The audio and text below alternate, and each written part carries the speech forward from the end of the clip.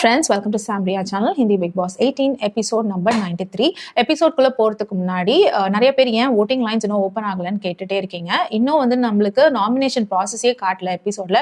So once எப்போ எபிசோட்ல nomination process காட்டுறாங்களோ அதுக்கப்புறம் தான் ஓட்டிங் லைன்ஸ் ஓப்பன் ஆகும். நம்மளுக்கு வந்து இந்த சில பேஜஸ் மூலமா தெரிஞ்ச அன்அஃபிஷியலான விஷயங்கள் தான் இந்த நாமினேஷன் ப்ராசஸ்ல ஸ்ருதிகா, ரஜத் அண்ட் சாத் நாமினேட் ஆயிருக்காங்கன்னு சொல்லிட்டு இன்னும் எபிசோட் நம்மளுக்கு கிளியரா காட்டப்படல. ஸோ காட்டின உடனே ஓட்டிங் லைன்ஸ் ஓப்பன் ஆயிடும். அது அநேகமா இன்னைக்கு நைட் எபிசோட்ல காமிச்சிருவாங்கன்னு நினைக்கிறேன். ஸோ இன்னைக்கு நைட்ல இருந்து நம்மளால ஓட் பண்ண முடியும். ஓட்டிங் லைன்ஸ் ஆரம்பிச்சோன்னா நம்ம ஸ்ருதிகாக்கு ஓட் பண்ண ஆரம்பிச்சிடலாம்.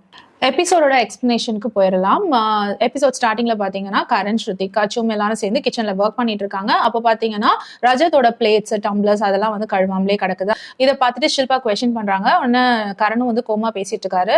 ரஜத் வந்து எல்லா பொருளையும் யூஸ் பண்ணிட்டு அங்கங்க போட்டுட்டு போயிடறாருன்ற மாதிரி சொல்லிட்டு இருக்காங்க. அப்ப ஸ்ருதிகா சொல்றாங்க அவரோட துணி கூட அப்படிதான் எல்லா இடத்துலயும் கிடக்கும் அண்ட் பாத்திரங்களும் வந்து அவர் அப்படிதான் யூஸ் பண்ணிட்டு அங்கங்க போட்டு போயிடறாருன்னு ஸ்ருதிகா சொல்லிட்டு இருப்பாங்க.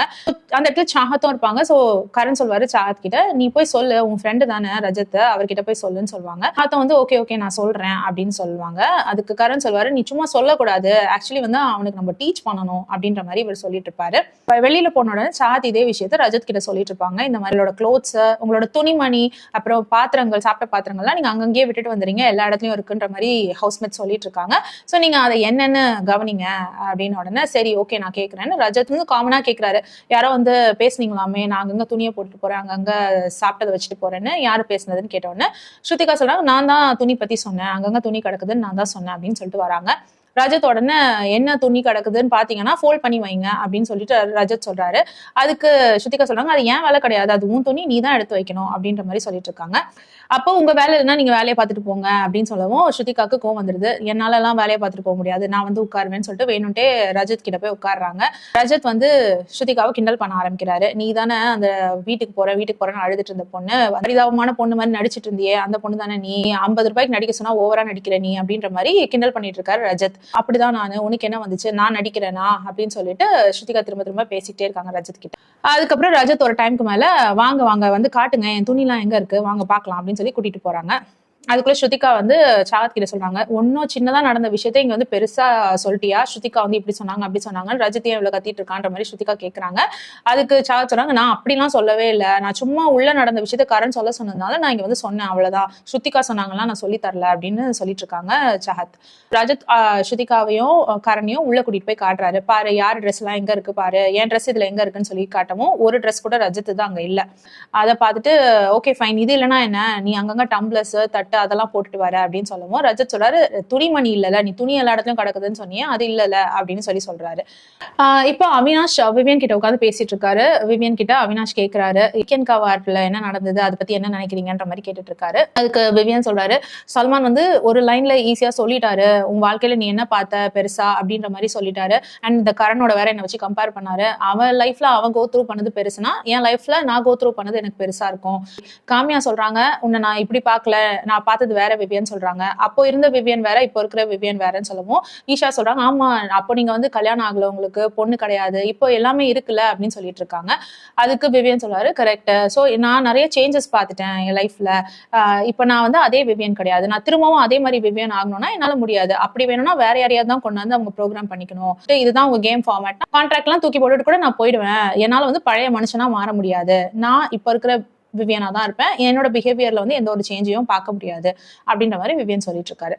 அதுக்கப்புறம் பாத்தீங்கன்னா ஷில்பா, ராஜேஷ், ஸ்ருதிகா இவங்க எல்லாம் சாத் எல்லாரும் உட்காந்து பேசிட்டு இருக்காங்க. ஷில்பா சொல்றாங்க, நீ வந்து ஒரு விஷயத்த கேட்கும் பொழுது இந்த துணிலாம் எந்த கிடையாது, நான் துணிலாம் அப்படி போட்டுல அப்படின்னு சொன்னா அது நார்மலா முடிஞ்சு போச்சு, அதை விட்டுட்டு உன் டோன்னாலதான் வந்து இவ்வளவு பிரச்சனை வருது, நீ ஏன் கத்துற மாதிரி பேசுற அப்படின்னு சொல்லவும் ஸ்ருதிகாவும் சொல்றாங்க, நீங்க வந்து நல்லபடியா சொல்லியிருந்தீங்கன்னா நான் நல்லபடியா கேட்டு போயிருப்பேன்ற மாதிரி சொல்லவும் ரஜத் சொல்றாரு, நீங்க வந்து ட்விஸ்ட் பண்ணாதீங்க. ஷில்பா கிட்ட ரஜத் சொல்றாரு, உங்க மேல எனக்கு நிறைய மரியாதை இருக்கு, நீங்க வந்து விஷயத்த ட்விஸ்ட் பண்ணாதீங்கன்னு சொல்லுவோம். அவினாஷும் வந்து அதே கேட்கிறாரு, நீங்க எப்போதுல இருந்து இந்த மாதிரி ட்விஸ்ட் பண்ண ஆரம்பிச்சீங்க அப்படின்னு சொல்லிட்டு. அதாவது ஸ்ருதிகா தான் வந்து டோன் மாத்தி பேசினதா ரஜத் சொல்றாரு, அதனாலதான் வந்து பிரச்சனையாச்சுன்ற மாதிரி சொல்லிட்டு இருக்காங்க. ஸ்ருதிகா ரஜத்தை பத்தி ஷில்பா கிட்ட சொல்றாங்க ரஜத் முன்னாடியே, இவர் எப்ப பார்த்தாலும் என்னையே நோண்டிட்டு இருக்காரு, எப்ப பார்த்தாலும் என்ன வந்து சாஃப்ட் டார்கெட்டா எடுத்துட்டு போக முடியாது, வாங்க ரஜத் நான் உங்களுக்கு காட்டுறேன் சாஃப்ட் டார்கெட் என்ன பண்ண முடியும் நான் காட்டுறேன் அப்படின்ற மாதிரி உட்காந்து ரஜத்க்கு பதில் கொடுக்குறாங்க. அப்ப ரஜத் சொல்றாரு, உனக்கு 1 year கொடுத்தா கூட உன்னால எதையுமே காட்ட முடியாது. இந்த பக்கம் சாத் வந்து ஸ்ருதிகாவை சொல்லிட்டு இருக்காங்க, சாதாரண விஷயம் எதுக்கே நீ இவ்வளவு துடிக்கிற இவ்வளவு பேசுற அப்படின்ற மாதிரி கேட்டுட்டு இருக்காங்க. அதுக்கு ஸ்ருதிகா வந்து ரஜத் கிட்ட சொல்றாங்க, உன்னால வந்து தனியா பேச முடியாதா, ஏன் ஆள் சேர்த்துட்டு வர, அதாவது சாகத்தை வந்து இவங்க ரஜத்காக பேசுறாங்களா, அதை சொல்றாங்க ஸ்ருதிகா. நீ ஏன் ஆள் சேர்த்துட்டு வர, உன்னால என்கிட்ட தனியா பேச முடியாதான்ற மாதிரி கேட்டுட்டு இருக்காங்க. ரஜத் எந்திரிச்சு வந்து ஸ்ருதிகா கிட்ட, நீங்க தான் வந்து குரூப்பா பிளே பண்ற ஆளு, உங்களால தான் இண்டிவிஜுவலா விளையாட முடியாதுன்னு சொல்லவும், வா வா வந்து பேசு அப்படின்னு சொல்லிட்டு ஸ்ருதிகா எந்திரிச்சு நின்னுறாங்க ஃபுல் ஃபார்ம்ல. வா, நான் வந்து குரூப்பா விளையாண்டேன், எப்போ நான் இண்டிவிஜுவல் பிளேயரா விளையாடல, நீ தான் வந்துட்டு ஆடிஸ் ஏஞ்சல் மாதிரி அந்த 3 பொண்ணுங்களையும் வச்சுக்கிட்டு சுத்திட்டு இருந்த குரூப்பா, இப்போ குரூப் கலைஞ்சு போயிடுச்சு, நல்லா குத்த வேண்டியது, அதுக்கப்புறம் அழ ஆரம்பிச்சோன்னா அதுக்கு மருந்து போட வேண்டியது, இதுதானே உன் வேலை அப்படின்ற மாதிரி சொல்லிட்டு இருக்காங்க. ஸ்ருதிகா சொல்றது ஒரு விதத்துல கரெக்ட் தான். நான் ஒருத்தர்கிட்ட ரொம்ப நல்லபடியா பேசுவாரு ரஜத், ஆனா நேரம் வரும்பொழுது அவங்களே போட்டு தாக்குவாரு. இதை வந்து சாத் கிட்டயும் பண்ணிருக்கதை பார்த்திருக்கோம், ஸ்ருதிகா கிட்டயும் பண்றது பார்த்திருக்கோம், ஈஷா கிட்டயும் ஒரு தடவை ஸ்டார்டிங்ல பண்ணாரு. ஆனா ஈஷா திரும்பவும் வந்து தங்கச்சியா என்ன பாத்தீங்களா நீங்க, அதை வந்து வீடியோ எல்லாம் போட்டு காமிச்சோன்னே அதுல இருந்து அவர் ரொம்ப உஷாராயிட்டாரு. ஈஷா கிட்ட மட்டும் இந்த விஷயத்த நம்ம பண்ணவே கூடாதுன்னு சொல்லிட்டு எப்பவுமே ஈஷா கிட்ட மட்டும் அவர் கொஞ்சம் கேர்ஃபுல்லா இருக்காரு. நான் அவ தங்கச்சி அப்படின்ற ஒரு விஷயத்த காமிச்சிட்டு ஈஷா வந்து குத்துறது கிடையாது. ஏன்னா முன்னாடியே ஃபர்ஸ்ட் வீடியோ போட்டு காமிச்சிட்டாங்க பிக் பாஸ், அதனால ஈஷா வந்து சேஃபா வச்சுக்கிட்டு இருக்காரு ரஜத். பட் மத்த எல்லார்கிட்டயும் இந்த விஷயத்த அவர் பண்ணுவாரு.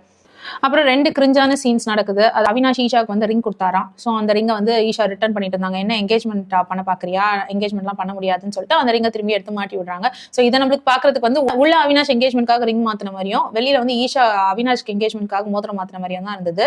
இந்த சைட் பாத்தீங்கன்னா கரண் அண்ட் சும், இந்த 2 ஜோடியும் வந்துட்டு ஒரு கையில கடிச்சு விளையாண்டுட்டு இருக்காங்க. சும்மோட கையை கடிச்சு ஒரு பக்கம் காயமாக்கிட்டாங்களாம். பாரு எப்படி காயமாக்கிட்ட அப்படின்னு சும் சொல்லிட்டு இருக்கும்போது கரண் திரும்ப பக்கமும் அதே மாதிரி காயமாக்குறேன் அப்படின்னு சொல்லிட்டு காயமாக்கிட்டு இப்ப டாட்டூ போட்ட மாதிரி இருக்கு 2 பக்கமும் சொல்லிட்டு போறாரு. இந்த மாதிரி கர்மம் பிடிச்ச சீன் எல்லாம் நம்ம பார்க்க வேண்டியதா இருக்கு. இப்ப சாத் வந்து ஜென்ரலா பேசிட்டு இருக்காங்க, இண்டஸ்ட்ரியில லீடிங் ஆர்டிஸ்டா இருக்கிறதுலாம் அவ்வளவு ஈஸியான விஷயம் கிடையாது, என்னோட ஒவ்வொரு மணியும் நான் ஆன் பண்ணது என்னோட உழைப்புனால என்னோட ரத்தத்தால வந்திருக்கு அப்படின்ற மாதிரி சொல்லிட்டு இருக்காங்க. சில டைம்லாம் வந்து என்னோட கோ ஆக்டர்ஸ்லாம் செட்லயே தூங்கிடுவாங்க, அந்த அளவுக்கு நாங்க பிஸியா இருப்போம் அப்படின்ற மாதிரி சொல்லிட்டு இருக்காங்க. அப்ப ஷில்பா சொல்றாங்க எல்லாருமே அப்படிதான், மீடியா சைடே அப்படிதான் அப்படின்ற மாதிரி சொல்லிட்டு இருக்காங்க. அப்போ இதை கரண் கேட்டே இருந்துட்டு கரண் சொல்றாரு, சாதத்தை நோன்றதுக்காக ஃப்ரெண்ட் உன்னோட ஆனிவர்சரிக்கு வரலையா அப்படின்னு நோன்றாரு. அதாவது இந்த கேக் விஷயத்த அந்த போட்டோ காமிச்சாங்கல்ல, சோ அந்த விஷயத்த வச்சு சாதத்தை நோன்றாரு கரண். சோ சும்மா இருங்க கரண், நான் சீரியஸாவே சொல்றேன், இது வந்து ஃபன்னாவே இல்ல, ஸ்டாப் பண்ணுங்க அப்படின்னு சொல்றாங்க. உடனே கரண் வந்து அப்போ நான் சீரியஸா பேசட்டுமா இதை பத்தி அப்படின்னு கேட்கிறாரு. சோ சாஹத் வந்து நிறுத்துங்க, எனக்கு சுத்தமா பிடிக்கல, இதை பத்தி பேசாதீங்க அப்படின்னு சொல்லிட்டு இருக்காங்க. இந்த மாதிரி கரண் சும்மா சாஹத்தை அந்த பாய் ஃப்ரெண்ட் விஷயத்த சொல்லி நோண்டிக்கிட்டே இருக்காங்க. அண்ட் எல்லாரும் சொல்றாங்க ஸ்டாப் பண்ணு, அவதான் பிடிக்கலன்னு சொல்றாள், அதை பத்தி பேசாத அப்படின்னு சொல்லிட்டு இருக்காங்க. ஆனாலும் கரண் நோண்டிக்கிட்டே இருக்காரு சாஹத்தை இந்த விஷயத்த சொல்லி. So இந்த விஷயத்தினால ஹர்ட் ஆன சாத் போய் அழுதுட்டு இருக்காங்க. ரஜத் வந்து சமாதானப்படுத்திட்டு இருக்காரு. அப்போ தூரத்துல இருந்து அவினாஷும் விவியனும் இதை பார்த்துட்டு இருக்காங்க. இதை பார்க்கவே ரொம்ப ஃபேக்கா இருக்குல்ல அப்படின்னு சொல்லிட்டு இருக்காங்க. யாரு சாத் அண்ட் ரஜத்தை பார்க்க ரொம்ப ஃபேக்கா இருக்கு அப்படின்ற மாதிரி பேசிட்டு இருக்காங்க. அப்ப ரஜத் வந்து சாத் கிட்ட உட்காந்து அழாத, வெளியில வேற சிரிச்சிட்டு இருக்காங்க, எதுக்கு சிரிக்கிறாங்கன்னு கூட தெரியல, மேபி நான் பொசிஷன் மாத்தி உட்காந்தா சரி வரும் போல இருக்குன்னு பொசிஷன் மாத்தி உட்காந்து அழாதன்னு சொல்லிக்கிட்டே இருக்காரு. அண்ட் சாத் பாத்தீங்கன்னா இன்னும் கொஞ்ச நேரம் தனியா விட்டுருங்கன்னு சொல்றாங்க. உடனே ரஜத்தும் எந்திரிச்சு போயிடுறாரு. அவினாஷ் வந்து அவரோட இமேஜ் கிளியரன்ஸ் பண்ணிட்டு இருக்காரு, அவரே கேமரா முன்னாடி நின்று. காமியா வந்து தப்பா சொல்லிட்டாங்களாம் அவினாஷை பத்தி. ஸோ அவினாஷ் வந்து என்னோட கேம் பிளான் என்னன்னு நான் உங்களுக்கு எக்ஸ்பிளைன் பண்றேன் காமியாஜி அப்படின்னு சொல்லிட்டு அவரோட கேம் பிளானை பத்தி சொல்றாரா. அதாவது என்னன்னா, ரஜத் வந்து எப்பவுமே ஈஷாக்கு ஃபேவர் பண்ணுவார் இல்லையா, அதனாலதான் அவினாஷ் எப்பவுமே ரஜத்தை டாஸ்க்ல பெருசா அடிக்க மாட்டாராம். ஏன்னா வந்து ரஜத் இருந்தாருன்னா அங்க வந்து ஈஷா சேஃபா இருப்பாங்கன்னு சொல்லிட்டு. ஸோ அந்த மாதிரி டைம்ல நான் வந்து விவியனை சப்போர்ட் பண்ணுவேன், ஸோ தட் என்னோட 2 பீப்புளுமே சேஃபா இருப்பாங்க. ஸோ அதுதான் என்னோட கேம் பிளான். எப்பவுமே நான் வந்து ரஜத்தை அட்டாக் பண்ணாததுக்கு காரணம் ஈஷாவால தான். ஸோ தட் ஈஷா வந்து சேவ் ஆயிடுவாங்க, அதே டைமுக்கு நான் வந்து விவியனை சேவ் பண்ணிடலாம், இதுதான் என்னோட கேம் பிளான் அப்படின்னு அவினாஷ் சொல்லிட்டு இருக்காரு. உடனே ஈஷா வந்து அப்படியே கட்டி பிடிச்சிக்கிறாங்க விவியனை, நாங்க உங்களை விட்டு கொடுக்க மாட்டோம் அப்படின்ற மாதிரி. அவ்வளவுதான், இங்கே வந்து விவியன் ஃபிளாட் ஆயிட்டாரு, முடிஞ்சிருச்சு, இவங்க 2 பேரும் ரொம்ப நல்ல ஃப்ரெண்ட்ஸ் எனக்கு அப்படின்னு நினைச்சிட்டாரு. இதுக்கு அடுத்து நெக்ஸ்ட் டே ஆகுது, மார்னிங் டான்ஸ். அது முடிஞ்சதுக்கு அப்புறம் விவியன் அண்ட் அவினாஷ் உட்காந்து பேசுறாங்க. ரஜத் வந்து அங்க வாக்கிங் போயிட்டு இருக்காரு. ஸோ அவினாஷ் சொல்றாரு, இந்த ரஜத் ஏன் இவ்வளோ வாக்கிங் போயிட்டே இருக்காரு தெரியுமா, அவருக்கு வந்து ஒரு சந்தோஷம் என்னன்னா இவங்க 3 பேரும் சண்டை போட்டுட்டாங்கன்னா அவர் வந்து சேஃப் ஆயிடுவாரு, அவர் வந்து ஈஷா கூட சேர்ந்துப்பாரு, ஸோ நம்ம குரூப் உடஞ்சதுன்னா அவருக்கு ஹாப்பியா இருக்கும் அப்படின்ற மாதிரி அவினாஷ் சொல்லிட்டு இருக்காரு. இது வந்து ஈஷா இருக்கும்பொழுது நம்மளால பேச முடியாது, ஏன்னா ஈஷாக்கு புரியவும் வைக்க முடியாதுன்னு சொல்லிட்டு இருக்காங்க. அதே தான் விவியனும் சொல்லிட்டு இருக்காரு. அண்ட் அதே டைம்க்கு ஈஷா வந்துட்டு என்ன பேசிட்டு இருக்கீங்கன்னு கேக்குறாங்க. ஒன்னும் இல்ல, வா உட்காரு, நான் யார் யார் இருக்கா, யார் யார நம்ம வந்து தூக்கலாம் அப்படின்னு தான் நாங்க பேசிட்டு இருக்கோம் அப்படின்ற மாதிரி சொல்றாங்க. விவியன் வந்து சொல்றாரு, இப்ப நம்ம குரூப் எதுன்னு சொல்லி டிசைட் பண்ணோம் அப்படின்னு சொல்லிட்டு இருக்காங்க. ஈஷாவும் வந்து கரெக்ட் நம்ம டிசைட் பண்ணோம், ஆனா வந்து எனக்கு அதுல பெருசா உடன்பாடு இல்லை அப்படின்ற மாதிரி சொல்லிட்டு இருக்காங்க. அதுக்கு அவினாஷ் சொல்றாரு, கவலைப்படாத நாங்க இன்க்ளூட் பண்ணவே இல்லை அதுல அப்படின்னு சொல்லிட்டு இருக்காரு. ஈஷாக்கு ரொம்ப கோவம் வந்துருது. எப்பவுமே அப்படிதான், நீயும் விவியனும் எப்ப பார்த்தாலும் பேசும்பொழுது என்ன இன்க்ளூட் பண்றதே கிடையாது. நான் வந்து என்ன பேசுறீங்கன்னு கேட்டாலும் உனக்கு வந்து புரியாது, because you not on the same page அப்படின்ற மாதிரி சொல்லிடுறீங்க அப்படின்னு சொல்லவும் அவினாஷ் வந்துட்டு ரொம்ப ஓவரா நடிக்காத, நான் எப்போ வந்து மறைச்சிருக்கேன், எல்லா விஷயத்தையும் நான் உங்ககிட்ட சொல்லிட்டு தானே இருக்கேன், ஒண்ணுமே உனக்கு விஷயமே சொல்லாத மாதிரி சொல்லிட்டு இருக்காத, ஆனா உனக்கு சொன்னாலும் புரிய மாட்டேங்குது தானே, நீயும் ஒத்துக்க மாட்டேங்குது தானே, நாங்க 2 பேரும் ஒரு மாதிரி யோசிச்சா நீ ஒரு மாதிரி தானே யோசிக்கிற அப்படின்ற மாதிரி சொல்லிட்டு இருக்காரு அவினாஷ்.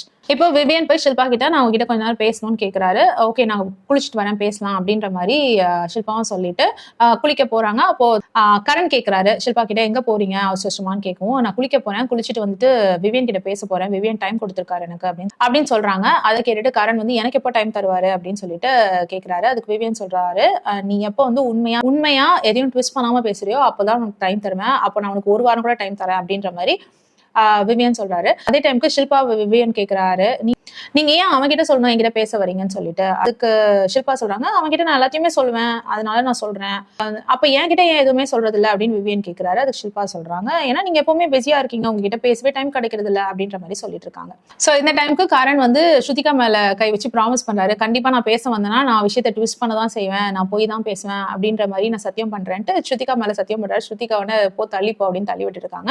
அதே டைமுக்கு ஸ்ருதிகா சொல்றாங்க, நான் ஒரு விஷயம் சொல்லட்டுமா, ஆக்சுவலி வந்து அவினாஷ்க்கு இங்க என்ன வேணும்னா, நான் விவியன் அண்ட் கரண் இவங்க 2 பேரும் வந்து பேசக்கூடாது, இவங்க 2 பேரும் தள்ளி இருந்தாதான் இவங்க 2 பேர்கிட்டயும் அவினாஷ் நல்ல டேர்ம்ஸ்ல இருந்துக்க முடியும், கரண் கிட்டயும் விவியன் கிட்டயும் நல்ல டேர்ம்ஸ்ல இருந்துக்க முடியும்.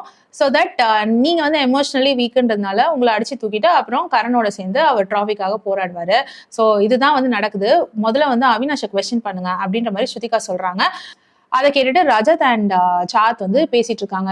ஸ்ருதிகா கொஞ்சம் லிமிட் தாண்டி பேசிட்டு இருக்காங்க, ரொம்ப பேசுறாள் இப்பெல்லாம் அப்படின்ற மாதிரி சொல்லிட்டு இருக்காங்க. அதுக்கு சாத், ஆமாமா இப்பெல்லாம் ரொம்ப தான் ஜாஸ்தியா பேசுறாங்க ஸ்ருதிகா அப்படின்னு பேசிட்டு இருக்காங்க. அவங்க 2 வந்து விவியன் சொல்றாரு, எங்களுக்குள்ள என்ன பிரச்சனையோ அதை நாங்க பாத்துக்கிறோம், நீ வராது அது நடுவில் அப்படின்ற மாதிரி சொல்லிட்டு இருக்காரு. அப்போ ஈஷா வராங்க. ஈஷா வந்து சொல்றாங்க, இவளுக்குலாம் நீங்க ஏன் எக்ஸ்பிளைன் பண்ணிட்டு இருக்கீங்க, அவகிட்ட சொல்றதும் ஒண்ணுதான், கல்ல தலையை மோதிக்கிறதும் ஒண்ணுதான் அப்படின்ற மாதிரி ஈஷா கிண்டல் பண்றாங்க. அதுக்கு உடனே ஸ்ருதிகா, வண்டியா நீ இரு உன்னையும் கலாய்க்கிறேன்னு சொல்லிட்டு ரஜத்தும் வந்தார் உள்ள. அப்ப ரஜத் கிட்ட சொல்றாங்க ஸ்ருதிகா, நீ தான் தங்கச்சின்னு சொல்லிட்டு இருக்க, விவியனுக்கு தான் உண்மையான தங்கச்சி, உனக்கு கிடையாது, நீ அவள் லிஸ்ட்ல கூட கிடையாது, உன்கிட்ட இருந்து பெனிஃபிட் கிடைக்கிறதுனாலதான் உன்கிட்ட அண்ணனா உன்னை வச்சிருக்கா, இல்லைன்னா வந்து உன்கிட்ட பேசக்கூட மாட்டா அப்படின்னு சொல்லிட்டு இருக்காங்க. அப்போ ஈஷா சொல்றாங்க, நான் அவர் முகத்துக்கு நேராவே சொல்லுவேனே, ஆமா அவர் எனக்கு ஃபேவர் பண்றாருதான், என்ன இப்போ அதனால அவர் மூலமா எனக்கு பெனிஃபிட்ஸ் கிடைக்குதுதான், அதனால என்ன உனக்கு அப்படின்ற மாதிரி ஈஷா சொல்லிட்டு இருக்காங்க. இந்த பக்கம் விவியன் சொல்லிட்டு இருக்காரு, பத்தியா இப்ப நான் வாய் திறந்த உடனே வாய் திறக்காத எல்லாருமே வந்து பேச ஆரம்பிச்சிட்டாங்க. உடனே கரண் சொல்றாரு, ஓ அப்ப நான் டாப் 2க்கு போறேனா அப்படின்ற மாதிரி சொல்லிட்டு இருக்காரு. அதாவது டாப் 1 விவியனா, டாப் 2 வந்து கரணா அப்படின்னு அவர் சொல்லிட்டு இருக்காரு. கூப்பிட்டு அவினாஷை கேட்டுட்டு இருக்காரு, நீ வந்து வீக்கெண்ட் கவர்ல ஏதோ பேசினல, ஏதோ ஒரு ஜஸ்டிபிகேஷன் கொடுத்த, அதை பத்தி எனக்கு கிளியரா சொல்லுன்னு சொல்லிட்டு இருக்காரு. அப்போ வந்து இந்த நாமினேஷன் டாஸ்க் அப்போ நீங்க வந்து கேள்வி கேட்கல அப்படின்றதுதான் என்னோட பிரச்சனை, நீங்க நிறைய இடத்துல வந்து நிறைய பேரை குவெஸ்டின் பண்ணவே இல்லை, அதுதான் வந்து ப்ராப்ளம் ஆயிடுச்சு அப்படின்ற மாதிரி அவர் சொல்லிட்டு இருக்காரு. விவியன் சொல்றாரு, நீ வந்து எப்படினாலும் எடுத்துக்கோ, என்னோட வே ஆஃப் அப்ரோச் வந்து இப்படிதான், நீ என்ன கரண் மாதிரி இருக்கணும்னு எதிர்பார்க்க முடியாது அப்படின்னு சொல்லவும் அவினாஷ் சொல்றாரு, கரண் மாதிரி இருக்கணும்னு சொல்ல, கரண் வந்து ஒரு 6 வீக்ஸா எங்க இருந்தாருன்னே தெரியல, அதுக்கப்புறம் 6 வீக்ஸ்க்கு அப்புறம் ரொம்ப பேச ஆரம்பிச்சாரு. சோ அவர் ரொம்ப பேசி அவர் ரொம்ப கான்ட்ரிபியூட் பண்ணதுனால தான் அந்த டாஸ்க்ல கூட யார ஸ்டேஜ்ல பார்க்க முடியும்னு கேட்டதுக்கு நான் உங்களை விட்டுட்டு கரண் நான் சூஸ் பண்ணேன், சோ அந்த ஒரு ரீசனுக்காக தான், நீங்க கொஞ்சம் அமைதி ஆயிட்டீங்க, அதனால தான், நீங்க வோக்கலா இல்ல, பிக் பாஸ் ஷோவே வந்து நம்ம ரொம்ப வோக்கலா இருக்கிறது தான் அப்படின்ற மாதிரி அவினாஷ் சொல்லிட்டு இருக்காரு. விவியன் கேட்கிறாரு, இந்த விஷயத்தை இப்ப எல்லாரும் உங்ககிட்ட கேட்பாங்க, எல்லாரும் உனக்கு குவெஸ்டின் பண்ணுவாங்க, என்ன பண்ண போற அப்படின்னு கேட்கிறாரு.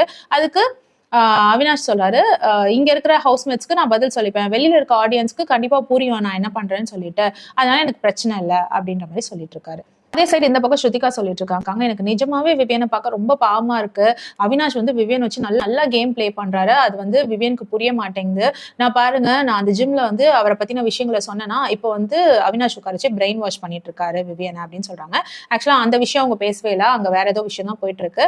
ஆனா ஸ்ருதிகா வந்து ரொம்ப கரெக்டா அசியூம் பண்றதா நினைச்சு உளறிட்டு இருக்காங்க, இதை வச்சு வேற கலாய்ப்பாங்க நம்ம ஸ்ருதிகாவை. என்னதான் அதை பத்தி அவங்க பேசினாலும் ஸ்ருதிகா சொல்ற பாயிண்ட் வந்து ரொம்பவே கரெக்ட் தான். இப்போ இன்னொரு விஷயமா அவங்க சொல்றாங்க, விவியனுக்கு என்ன பிரச்சனைனா ஒரு ரியலைசேஷன் வந்தா கூட அவரால் கன்வீனியன்ஸ்க்காக இங்கேயும் வந்து உட்கார முடியாது. அதாவது யாரு, கரண், ஷில்பா அவங்களோட வந்து விவியனால உட்கார முடியாது. அண்ட் மோர் ஓவர் எமோஷனலி அவங்களோட கனெக்ட் ஆயிருக்காரு. யாரோட, அவினாஷ் அண்ட் ஈஷாவோட எமோஷனலா கனெக்ட் ஆயிருக்காரு. ஸோ அவங்களையும் விட்டுட்டு வர முடியாது. அதனால நடுவில் மாட்டிட்டு நிக்கிறாரு. அவர் என்ன பண்றதுன்னு தெரியாம முழிச்சுக்கிட்டு இருக்காருன்னு சொல்லவும், ரஜத்தும் வந்துட்டு ஆமா கரெக்ட், நானும் அதே தான் சொல்றேன். அவர் வந்து 13 வீக்ஸா ஒருத்தரோட எமோஷனல் கனெக்ட் பண்ணிருக்காரு. அவங்கள டக்குன்னு அப்படி தூக்கி எறிஞ்சிட்டு பேசிட்டு வர முடியாது அவரால் அப்படின்ற மாதிரி ரஜத்தும் சொல்லிட்டு இருக்காரு. இது வந்து கரெக்ட், நானும் இதே தான் சொன்னேன் அப்படின்னு சொல்றாரு. இப்போ டைனிங் டேபிள்ல லஞ்ச் சாப்பிட்டுட்டு இருக்காங்க போல இருக்கு. அந்த டைம் பேசிட்டு இருக்காங்க. அவினாஷ் சொல்றாரு, எனக்கு எல்லா பேரண்ட்ஸ் மேலயும் ரொம்ப ரெஸ்பெக்ட் இருக்கு, அதையும் எனக்கு ரொம்ப பிடிக்கும், ஐ லவ் எவ்ரி ஒன் அப்படின்ற மாதிரி சொல்லிட்டு இருக்காரு. அண்ட் கரண் வந்து திரும்பி பேசிட்டு இருக்காரு, நீ நல்லா கேம் பிளே பண்ற மேன் அப்படின்ற மாதிரி கரண் சொல்லிட்டு இருக்காரு அவினாஷ். அந்த சைட் பாத்தீங்கன்னா சாத் கிராஸ் பண்ணி போகவும் சாத்தை பார்த்து சோலோ அப்படின்னு சொல்லிடுறாங்க. சோலோ கேம் பிளே பண்ற நீ அப்படின்ற மாதிரி சொல்றாங்க. ஸோ ஹிந்தியில சோலோனா ஸ்லீப்பிங் அந்த மாதிரி ஏதோ வருது போல இருக்கு அர்த்தம். கரண் கிண்டல் பண்றது சோலோன்னு சொல்றது வந்து தூங்கிட்டு இருக்க அப்படின்ற மாதிரி தான் அவர் கிண்டல் பண்றாரு. சொல்லிதான் சாத்தை கிண்டல் பண்ணிட்டே இருக்காரு. அப்போ சாத் திரும்பி நின்று சொல்றாங்க, 6 வீக்ஸா நீ தான் தூங்கிட்டு இருந்த, நீ தான் சோலோ பிளேயரா இருந்த. அவினாஷ் கேட்கிறாரு சாத் கிட்ட, நீ எந்த சோலோவை சொல்ற, சோலோனா ஸ்லீப்பிங் பத்தி சொல்றியா இல்ல சோலோ இண்டிவிஜுவல் பிளேயர் அதை பத்தி சொல்றியான்னு கேட்கவும், தூங்கிட்டு இருக்கிறத வச்சுதான் நான் சொல்றேன் அப்படின்னு சாத் சொல்றாங்க. உடனே அவினாஷ் வந்து ஜாலி என்கிட்ட பேசிட்டா, சாத் என்கிட்ட பேசிட்டா அப்படின்ற மாதிரி குதிச்சிட்டு இருக்காரு. அதுக்கப்புறம் சாத் அங்கிருந்து போயிடுறாங்க.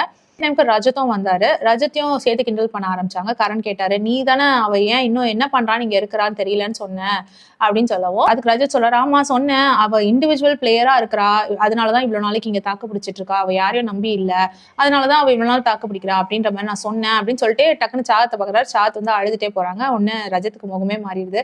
ரஜத்தை வந்து ஒரு இடத்துல கன்வின்ஸ் பண்ணணும்னு நினைச்சோம்னா டக்குன்னு அழுதா போதும் போல இருக்கு, அப்படியே உருகி போயிடுறாரு மனுஷன். உடனே சாத் பின்னாடியே எஞ்சி போயிட்டாரு. ஏன் அழுறன்னு கேட்டுட்டு பின்னாடியே போயிட்டாரு. அதுக்குள்ள கரணம் வந்து நானும் போய் சமாதானப்படுத்துறேன்னு போனாரு. ஆனா அவர் போனது சமாதானப்படுத்துறதுக்காக இல்ல, இன்னும் கொஞ்சம் நோன்றதுக்காக, இன்னும் கொஞ்சம் அழ வைக்கிறதுக்காக தான் போறாரு.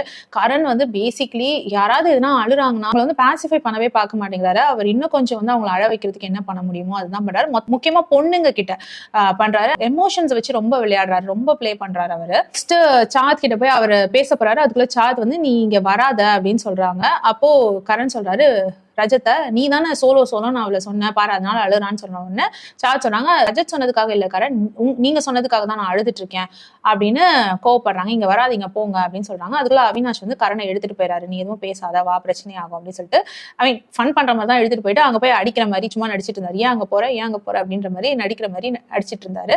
அதுக்குள்ள ஷில்பா சும்மா வந்துடுறாங்க. என்ன நடந்ததுன்னு கேட்டுட்டு ஷில்பா நேரா வந்து சாத் கிட்ட நேத்து நடந்த அந்த விஷயத்த பத்தி அழுதுட்டு இருக்கியா, அதை பத்தி பேசினாங்களா அப்படின்னு கேட்டுட்டு இருக்காங்க. அதுக்குள்ள சாதுக்கும் வந்துருது, நேத்து நடந்த விஷயத்த பத்திலாம் அவங்க பேசல, அவங்க பேசுறதே வேற விஷயம் அப்படின்னு சொல்றாங்க. எங்க திரும்பவும் அந்த ஆனிவர்சரி பாய் ஃப்ரெண்ட் விஷயத்தை இழுத்து விட போறாங்களோன்ற டென்ஷன்ல சாத் வந்து உங்களை கை கூப்பி கேட்டுக்கிறேன், தயவு செஞ்சு என்கிட்ட எதுவும் கேட்காதீங்க, நீங்க போங்க, எனக்கு கொஞ்ச நேரம் அழவிடுங்கன்ற மாதிரி சொல்லி அனுப்பிடுறாங்க. அதே டைமுக்கு சும்மா இல்லாம இந்த சைடு அவினாஷும் கரணும் சேர்ந்து சாத்தை புல் கிண்டல் பண்ணிட்டே இருக்காங்க. அதே டைமுக்கு ஸ்ருதிகா போயிட்டு சமாதானப்படுத்துறாங்க சாத்தை, நீ வந்து ரொம்ப நல்ல பொண்ணு, நீ நல்லா இண்டிபெண்டா விளையாடுற, அதை தான் நாங்க எல்லாருமே மீன் பண்றோம், உன்னை யார் வந்துட்டு தப்பா பேசினா, நீ ஸ்ட்ராங் பிளேயர் அப்படின்னு சொல்லிட்டு ஸ்ருதிகா மோட்டிவேட் பண்ணிட்டு இருக்காங்க. அண்ட் சாத் சொல்றாங்க கரண் கிட்ட, எனக்கு பேசணும்னா நிறைய பேசுவேன், நான் பேச வேணான்னு இருக்கேன், தேவையில்லை, எனக்கு சண்டை போட தேவையில்லை, அதனால தான் நான் அமைதியா போயிட்டு இருக்கேன்றதுக்காக எனக்கு பயம்னு நீங்க எல்லாம் நினைச்சிடாதீங்க அப்படின்ற மாதிரி சாத் பேசிட்டு இருக்காங்க. இப்போ சும்மா ஸ்ருதிகாவும் வந்துட்டு கரண் கிட்ட நீ பண்ணது தப்பு, ஒருத்தவங்களோட எமோஷன்ஸ் விளையாடாதன்ற மாதிரி சொல்லிட்டு இருக்காங்க. கரண் வந்து சொல்றாரு, எல்லா கேர்ள்ஸ்க்கும் சாரி, நான் வந்து பொண்ணுங்க அழுதாலாம் மெல்ட் ஆயிட மாட்டேன் அவ்வளவு ஈஸியா அப்படின்ற மாதிரி சொல்லுவோம். ஸ்ருதிகா நீ மெல்ட் ஆகாத, ஆனா நீ பேசுனது தப்பு அப்படின்ற மாதிரி ஸ்ருதிகா சொல்லிட்டு இருக்காங்க. சாத் ரஜத் கிட்ட நான் வீட்டுக்கு போகணும்னு சொல்லிட்டு இருக்காங்க. ரஜத் வந்து அதெல்லாம் நீ எங்கேயோ போக மாட்டேன், பேசாம இரு அப்படின்னு சொல்லிட்டு இருக்காரு. பாத்தீங்கன்னா ஈஷா, கரண் அண்ட் அவினாஷ் வந்து சாத்தை இன்னும் கிண்டல் பண்ணிட்டு தான் இருக்காங்க. ஈஷா வந்து சொல்லிட்டு இருக்காங்க, இவ வந்து காசு கொடுத்துருக்காங்களே அதுக்காக தான் உட்காந்து அழுதுகிட்டு இருக்கா, அதுக்கேற்ற மாதிரி நடிச்சுக்கிட்டு இருக்கா, இவ நடிக்கிறா, வேற ஒன்றும் இல்லை அப்படின்ற மாதிரி சொல்லிட்டு இருக்காங்க ஈஷா. சும் போயிட்டு விவியன் கிட்ட சொல்லிட்டு இருக்காங்க, நீ கொஞ்சம் ஷில்பா கிட்ட பேசணும், அதே டைமுக்கு வந்து உங்க வைஃப் சொன்னதுலாம் உங்களுக்கு ஞாபகம் இருக்குல்ல, ஸோ கொஞ்சம் கன்ஃபியூஸ்டா இருக்கீங்க, பார்த்து இருந்துக்கோங்க, நீங்க வந்து இன்ஃப்ளூயன்ஸ் ஆகுற மாதிரி இருக்கு, கொஞ்சம் கேர்ஃபுல்லா இருங்க, எனக்கு வந்து உங்களை பத்தி கன்சர்ன்டா இருக்கு, எனக்கு உங்களை பிடிக்கும், அதனால தான் நான் வந்து பேசுறேன் அப்படின்ற மாதிரி சும் சொல்லிட்டு இருக்காங்க. விவியனும் வந்து புரியுது எனக்கு, இப்போ உங்ககிட்ட வந்து யாராவது ஷில்பா அண்ட் கரணை பத்தி தப்பா பேசினா நீ ஒத்துப்பியா, உங்க ஃபேமிலி மெம்பர்ஸே வந்து இவங்க தப்புன்னு சொன்னா நீ ஒத்துப்பியா அப்படின்ற மாதிரி கேட்கவும், அதுக்கு சும் சொல்றாங்க, எங்க ஃப்ரெண்ட்ஷிப்பை வந்து யாருமே கொஸ்டின் பண்ணல, ஆனா உங்க ஃப்ரெண்ட்ஷிப்பை வந்து எல்லாருமே கொஸ்டின் பண்றாங்க, அப்போ ஏதோ பிரச்சனை இருக்குதானே அர்த்தம் அப்படின்ற மாதிரி சும் சொல்லிட்டு இருக்காங்க. இந்த சைட் பாத்தீங்கன்னா அவினாஷ் அண்ட் கரண் வந்து நின்று பேசிட்டு இருக்காங்க. அப்ப அவினாஷ் சொல்றாரு, இந்த சாத்லாம் லேசுப்பட்ட ஆள் கிடையாது, டைரக்டர் வந்து சொன்னாரு அழுற சீன் வேணும் அப்படின்னு சொல்லிட்டு, நீங்க ஒரு 4-5 மினிட்ஸ் கழிச்சு வாங்க நான் அழுறேன் அப்படின்னு சொன்னாங்க. அதே மாதிரி டைரக்டர் வந்து 5 மினிட்ஸ் கழிச்சு வந்தாங்க. உடனே சாத் அழ ஆரம்பிச்சிட்டாங்க. ஸோ அழுகிற சீனை வந்து ஆரம்பிச்சிட்டாங்க. ஸோ அந்த அளவுக்கு வந்து அவங்களால டக்குன்னு அழுக முடியும் அப்படின்றதான் வந்து அவினாஷ் கரண் கிட்ட சொல்லிட்டு இருக்காரு. ஸோ விவேன் வந்து கரண் கிட்ட கேட்டுட்டு இருக்காரு, நீ எனக்கு 5 நிமிஷத்துல வரேன்னு சொல்லிட்டு போனேன், சாத் கிட்ட போய் 15 மினிட்ஸ்ல வருவேன்னு சொல்லிட்டு வந்திருக்க, என்னதான் உங்க கதை அப்படின்ற மாதிரி கேட்கவும், கரண் வந்து நீ ஏன் சாத் ட்விஸ்ட் பண்ணி விடுற, மாத்தி மாத்தி பேசுற, தேவையில்லாம பிரச்சனைகளை கிரியேட் பண்ற, நான் வாய் மூடிட்டு போறேன்றதுக்காக என்கிட்ட வந்து இந்த மாதிரிலாம் பண்ணிட்டு இருக்காத, அவினாஷ் விவியன் மாதிரி நீ என்ன பண்ணாலும் வாய் மூடிட்டு போறதுக்கு நான் ஆள் கிடையாது, நான்லாம் திருப்பி கொடுப்பேன், ஜாக்கிரதையா இருந்துக்கோ, நான் உன்னை வார்ன் பண்றேன், லவ்வோடயே வார்ன் பண்றேன், என்கிட்ட வச்சுக்காத அப்படின்ற மாதிரி கரண் சாத் ரொம்ப திட்டிட்டு இருக்காங்க. சாத் வந்து நான் என்ன பண்ணேன், நான் ஒண்ணுமே பண்ணல அப்படின்ற மாதிரி அவங்க பேசிட்டு இருக்காங்க. அண்ட் அந்த டைமும் வந்துட்டு சாத்தோட பர்சனல் மேட்டரை பத்தி பேசுறாங்க. உன்னை பத்தி பேசணும்னா எனக்கு ரொம்ப நேரம் ஆகாது, நான் நிறைய பேசி விட்டுருவேன் அப்படின்ற மாதிரிலாம் கரண் சொல்லிட்டு இருக்காரு. சாத் வந்து என்ன பேசுவீங்க நீங்க அப்படின்ற மாதிரிலாம் கேட்டுட்டு இருக்காங்க. சோ இந்த மாதிரி பர்சனல் அட்டாக்கும் கரண் பண்ணிக்கிட்டே தான் இருந்தாரு சாகத்தை கிட்ட. விவேன் வந்து சும் அவர்கிட்ட வந்து பேசினதை பத்தி யார் அவினாஷ் கிட்ட சொல்லிட்டு இருக்காரு, சும்மா வந்து இந்த மாதிரி பேசினா அவங்க வைஃப் சொன்னதெல்லாம் ஞாபகம் இருக்குல்ல, கொஞ்சம் அவினாஷ் கிட்ட பேசுங்க, கன்ஃபியூஸ் பர்சனா நீங்க தெரியுறீங்கன்னு சொன்ன விஷயத்த சொல்லிட்டு இருக்காரு. ஆனா அவருமே வந்து கிண்டலுக்கு சொல்ற மாதிரி தான் இருக்கு, அவங்க வந்தாங்க நம்ம சண்டை போடுவோமான்னு பாக்குறாங்க அப்படின்னு சொல்ற மாதிரி தான் இருந்தது விவேன் பேசுறதும். அண்ட் அவினாஷ் சொல்றாரு, ஏன் இந்த மாதிரி எல்லாரும் பண்றாங்க, ஸ்ருதிகாவும் காலையில அப்படி பேசினா சும்மா வந்து இப்படி பேசுனாங்க, அவங்க எல்லாருக்கும் என்ன வேணும் அப்படின்ற மாதிரி கேட்டுட்டு அவினாஷ் நேரா போயிட்டு சும் கிட்ட உட்காந்து பேசுறாரு.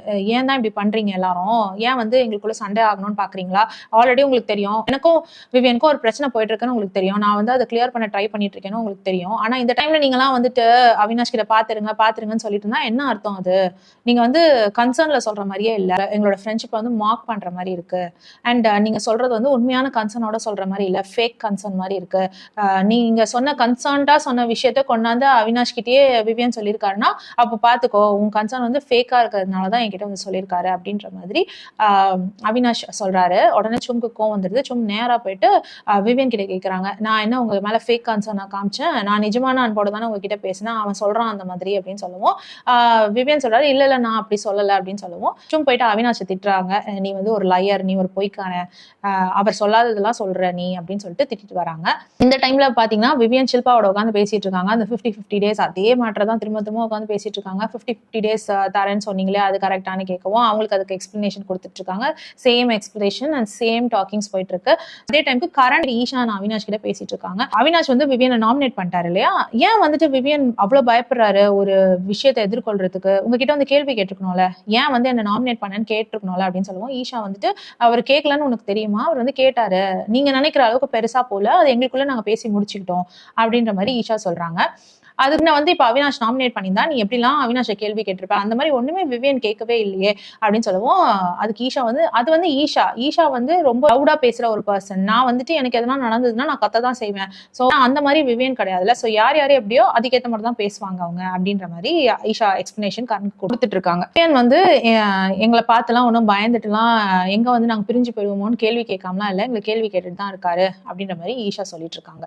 அதுக்கப்புறம் பாத்தீங்கன்னா கரண் ஸ்ருதிகா உட்காந்து பேசிட்டு இருக்காங்க. ஸ்ருதிகா கிட்ட கரண் சொல்லிட்டு இருக்காரு, இவன் விவியன் என்ன சொல்றான், நாங்க 2 பேரும் சண்டை போடாததான் உனக்கு பிரச்சனை இல்லைன்னு சொல்றான், இதை கேட்ட நான் என்ன சொல்றது, அவங்க வைஃப் எல்லாம் பார்க்கும்பொழுது மண்டையிலேயே அடிச்சுப்பாங்க, நான் என்ன சொல்லிட்டு வந்தேன், இவன் என்ன பண்ணிட்டு இருக்கான் பாருன்ற மாதிரி அப்படின்னு சொல்லிட்டு இருக்காரு கரண். சோ இப்ப அவினாஷ் லாயர்னு சொல்லிட்டு வந்துட்டாங்களா சும்மா, அதனால திரும்பவும் விவியன் போயிட்டு அவினாஷ் கிட்ட கேட்க போறாரு. ஷில்பாவோட பேசிட்டே இருந்தாரு, டக்குன்னு எந்திரிச்சு போயிட்டாரு. ஷில்பா வந்து என்ன பேசிட்டு இருக்க, எந்திரிச்சு போறேன்னு கேக்குறாங்க. இதோ ஒரு செகண்ட் வந்துடுறேன் அப்படின்னு சொல்லிட்டு போயிட்டு அவினாஷை கூப்பிட்டு கேட்கிறாரு, என்ன பேசுன, என்ன சொன்ன சும் கிட்ட, அவளோட கன்சர்னை வந்து ஃபேக்ன்ற மாதிரி சொல்லிட்டியானா, ஆமா ஷில்பாக்கு தானே அவங்க ரொம்ப க்ளோஸ், பத்தி பேசிட்டோம் உங்ககிட்ட, ஏன் வந்து என்னை பத்தி உங்ககிட்ட பேசுறாங்க அப்படின்ற மாதிரி விவியன் கேட்கிறாரு. அப்போ இதே விஷயத்த தான் அவினாஷ் உள்ளேயும் வந்து சொல்றாரு, ஷில்பா மேலதான் உங்களுக்கு கன்சர்ன் ஜாஸ்தி, ஷில்பா ஏன் விவியன் கிட்ட பேசல, அதை பத்தி பேசுங்க, எதுக்கு எங்க மேட்டர்ல வரீங்க அப்படின்னு கேட்கவும் விவியனும் அதே சொல்றாரு, எங்க விஷயத்துக்குள்ள எதுக்கு வரீங்க நீங்க, அது எங்க 3 பேருக்குமான விஷயம் அப்படின்னு சொல்லிட்டு. அப்போ ஸ்ருதிகா சொல்றாங்க, இது வந்து பிக் பாஸ் ஹவுஸ், இது எங்க எல்லாரும் முன்னாடியே நடந்தது, சோ நாங்க அதை பத்தி பேசதான் செய்வோம், எங்க எல்லாரும் முன்னாடியே தானே வீக்கெண்ட்ல கேட்டாங்க அவினாஷும் ஈஷா உங்களை ஏமாத்துறாங்கன்னு சொல்லிட்டு, சோ நாங்க கண்டிப்பா அதை பத்தி பேசுவோம் அப்படின்னு சொல்லிட்டு இருக்காங்க. உடனே விவியன் வந்து ஸ்ருதிகாவை பார்த்து, நீ சொல்லு, நீ எந்த குரூப்ல இருக்கன்னு சொல்லு அப்படின்னு சொல்லி கேட்கிறாரு. அதுக்கு ஸ்ருதிகா சொல்றாங்க, குரூப்பா, நான் எந்த குரூப்லயுமே கிடையாது, எனக்கு ஃப்ரெண்ட்ஸ் இருக்காங்க அவ்வளவுதான், எனக்கு யாரோட சப்போர்ட்டும் தேவை கிடையாது, நான் தனியா விளையாடுவேன் அப்படின்ற மாதிரி ஸ்ருதிகா சொல்றாங்க.